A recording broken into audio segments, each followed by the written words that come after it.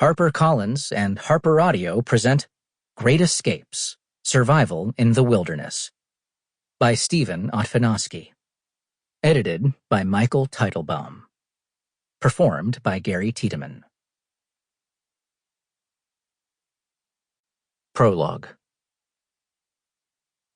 It was now or never. The young man reached for the cord connected to the gas valve.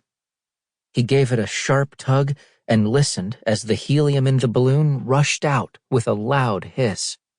The balloon plunged toward the earth.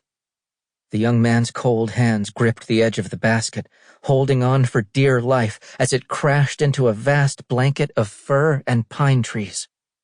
The balloon bumped and knocked against branches and trunks, throwing him to the floor of the basket. Pine needles and bits of evergreen sprayed down onto his head and shoulders. As the basket slipped between the trees, the deflated gas bag became caught in a tangle of tree limbs. Finally, the basket landed with a loud thud on the hard ground, tilting over and coming to an abrupt stop on its side. His heart pounding and his legs trembling, the young man clambered out. His two traveling companions followed, visibly shaken, but to his great relief, very much alive.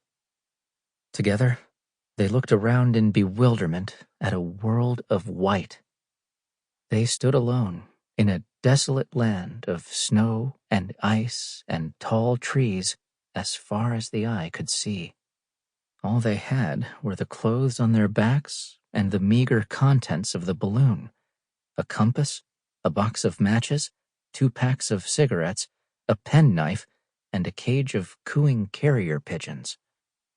How had they ended up in the middle of this vast wilderness? The young man knew they were more than 1,000 miles from home, and felt a chill work its way into his bones. How are we going to get out of this alive? Chapter 1. A Fateful Decision.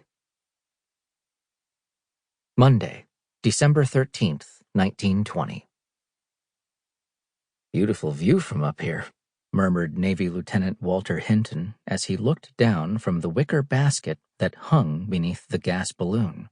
"But it's a long way down." 2,000 feet below lay the Brooklyn Navy Yard. The ships just off the coast looked like toys in a bathtub. Hinton gazed in wonder at small buildings, tiny roads, and people the size of ants. The entire world stretched out in miniature beneath him. "Don't lean so far over the side," cautioned Lieutenant Louis Kloor, only half seriously. "We wouldn't want to lose you this early in our flight." Kloor, the leader of this training flight across New York State, smiled. At age 22, he was 10 years younger than Hinton, and young enough to be the son of 45-year-old Lieutenant Stephen Farrell, the third member of their team. Hinton and Farrell, both good friends of Kloor's, were on board because the Navy wanted all its officers to have some balloon experience.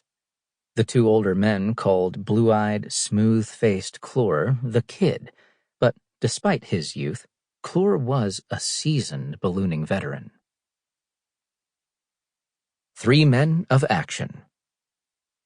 Hinton and Farrell may not have been experienced balloonists, but they were veteran airplane pilots. Hinton grew up on a farm in Ohio and joined the Navy as a young man. In May 1919, he was one of 2 pilots in a 6-man crew that flew the NC-4, a pioneering 4-engine airplane, across the Atlantic Ocean. The NC-4 was the only one of the 3 airplanes in the flight to succeed. The other 2 were forced to land in the ocean due to poor visibility. But Hinton's NC-4 carried on, arriving in Lisbon, Portugal, after a 19-day flight. They were the first aviators to cross the Atlantic, 8 years before Charles Lindbergh's celebrated transatlantic solo flight.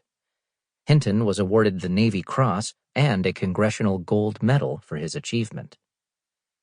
Farrell was born near Oswego, New York, and enlisted in the Navy in 1896. In World War I, he was an armament officer at a U.S. Naval Air Station in England. In his younger days, Farrell was a first-class boxer. Sample complete. Ready to continue?